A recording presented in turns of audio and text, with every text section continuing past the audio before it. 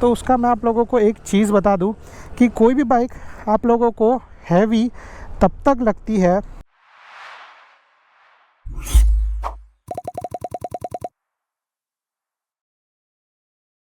नमस्ते दोस्तों and welcome to our channel. कैसे आप लोग? आज इस वीडियो में मैं आप लोगों को बताने वाला हूँ कि ऐसी हैवी बाइक्स को आप लोग पहली बार किस तरीके से चला सकते हो। क्या है ना कि इसके पहले मैंने बहुत सारे वीडियोस बनाए थे, आप लोग उनको देख सकते हो, जिसमें मैंने बताया था कि अपहिल में कैसे चलाना है, सिटी में कैसे चलाना है, सिटी ट्रैफिक में कैसे बाइक चलाना है, हाईवे पे कैसे बाइक चलाना है। बट क्या हो कि अगर आप लोगों का बाइक का वेट ज़्यादा हो, हैवी बाइक हो, तो उसको किस तरीके से आप लोगों को कंट्रोल करना चाहिए, किस तरीके से पहली बार आप लोगों को उसको चलाना चाहिए, तो ये सारी डिटेल्स मैं आज आपके साथ इस वीडियो के अंदर शेयर करने वाला हूँ। तो सबसे पहले तो ये जो मेरी बाइक है वो है मोर देन 200 किलो की। एक्चुअली इसका वेट जो है वो उतना नहीं है, उससे थोड़ा सा कम है।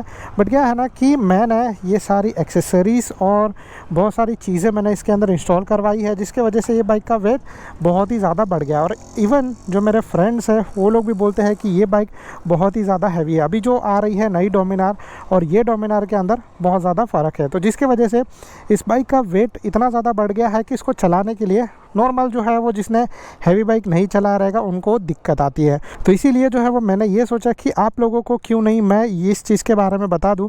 तो अगर आप लोग भी ऐसी हैवी बाइक चलाना चाहते हो तो किस तरीके से चला पाओगे।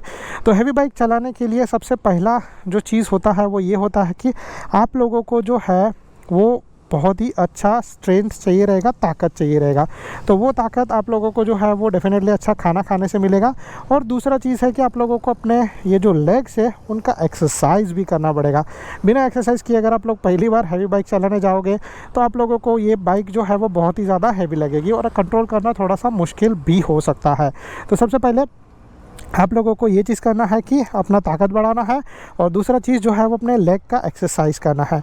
तो उसके बाद अगर हैवी बाइक, किसी भी हैवी बाइक को चलाना है तो उसका मैं आप लोगों को एक चीज़ बता दूं कि कोई भी बाइक आप लोगों को हैवी तब तक लगती है जब तक आप उसको चलाओगे बहुत ही स्लो स्पीड में।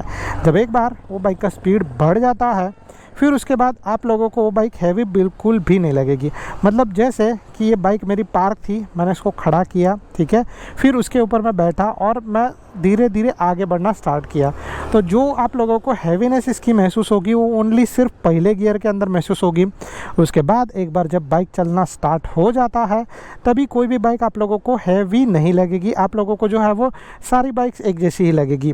बट जब हाई स्पीड जाएगा तभी भी आप लोगों को जो है वो ये वेट फील होगा। जैसे फॉर एग्जांपल कि अगर आप लोगों का स्पीड है 80 या उसके ऊपर का, तो जब भी आप लोग जो है वो इतनी स्पीड पे पहुंचोगे तो जो विंड रहेगा सामने से वो बहुत ज़ोरों से आएगा, और जिसकी वजह से अगर आप लोगों की बाइक लाइट वेट होगी तो थोड़ी सी डोलना चालू कर देगा। बट हैवी वेट बाइक में ऐसा कुछ भी तरीके का प्रॉब्लम नहीं आता है। तो हैवी बाइक्स होने की वजह से वो लोग हाई स्पीड में स्टेबल रहते हैं, स्टेडी रहते हैं, और आप लोगों को बाइक चलाने में मज़ा भी आएगा। बट अभी बात करें कि इन बाइक्स को कंट्रोल कैसे करना है, तो सबसे पहले तो हैवी बाइक्स के बारे में मैंने आप लोगों को जैसे बताया कि आप लोगों को अपने लेग्स का एक्सरसाइज करना है, जिससे आप लोग जो है वो मेरे जैसे बाइक्स को आगे पीछे कर पाओ इजीली। आप लोगों को जो है वो उसको हैंडल करने में ज़्यादा नुकसान नहीं आए। अभी इसके बाद जो है वो हम लोग दूसरी चीज़ के बारे में बात करते हैं, एंड वो है कि आप लोगों को अपने बाइक्स को कंट्रोल कैसे करना है, कुछ टिप्स के बारे में।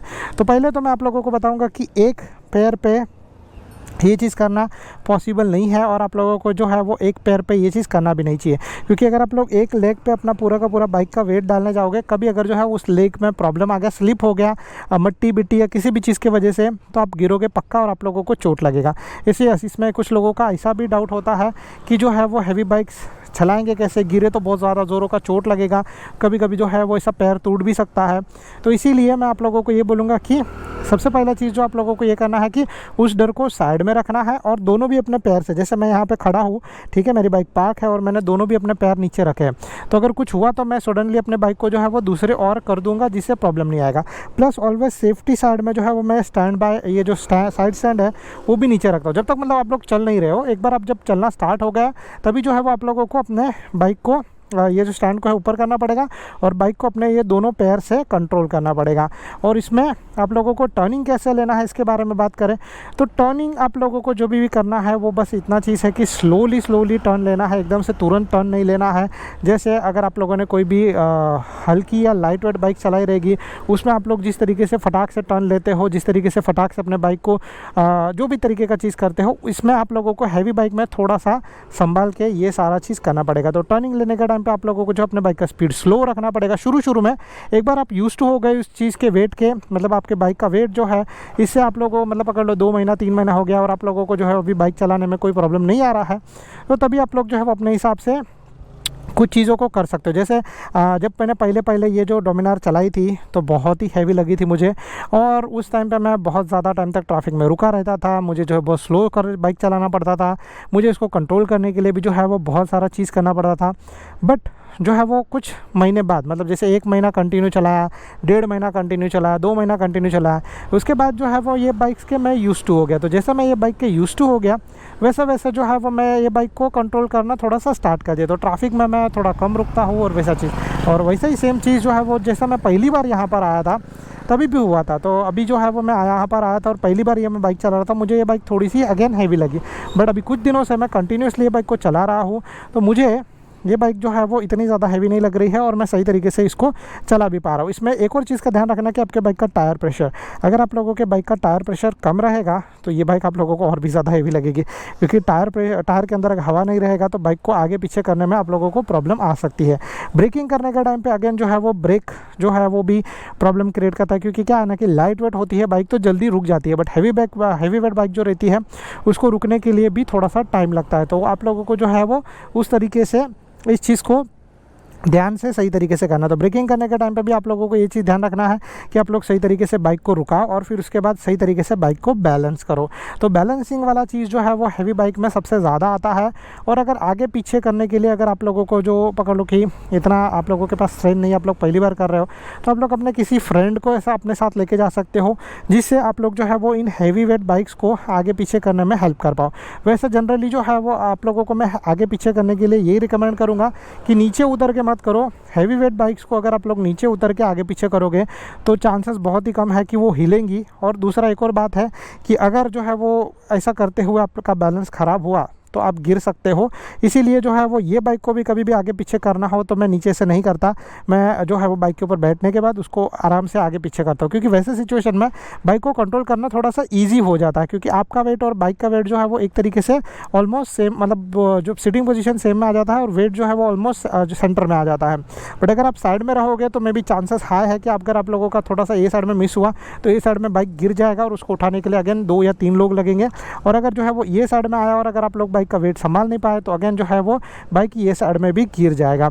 तो इसीलिए मैं आप लोगों को ये बोलूँगा कि बाइक को कभी भी आगे पीछे करना है जब भी वो बाइक चालू नहीं है तो बाइक से नीचे उतर के करो। अच्छा, अब इसके अंदर भी कुछ चीज़ें हैं कि जैसे छोटा सा आगे पीछे करना हो, ठीक है, तो उसमें मैं जो है वो बाइक के खुद के पावर का जो हेल्प लेता हूँ।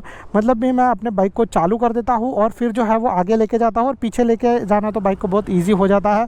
अगर जो है वो आगे लेके जाके पीछे लेके जाना जो है वो ईजी होता है। तो जैसे पार्किंग में इशूज़ आ रहा है या फिर जो है वो छोटी सी जगह से निकलना है, तो वैसा सिचुएशन में आप लोगों को ये इस तरीके से करना पड़ेगा। थोड़ा सा पेशेंस रखना पड़ेगा, ये सबसे इंपॉर्टेंट की है जब आप लोग ये हैवी बाइक्स चलाते रहोगे, क्योंकि अगर आप लोगों ने वैसा नहीं किया तो अगेन जो है वो नुकसान आपको ही हो सकता है। तो इसीलिए मैं आप लोगों को ये बोलूँगा कि जब भी आप लोग जो है वो ऐसी हैवी बाइक्स चलाते रहोगे तो आप लोगों को पेशेंस रखना है, आप लोगों को थोड़ा सा एक्सरसाइज करना है, आप लोगों के बाइक का यूज टू होना है, और जो भी चीज़ करना है वो स्लोली और स्टेडी करना है, ताकि आप लोग जो है वो इन बाइक्स के यूज टू हो जाओ।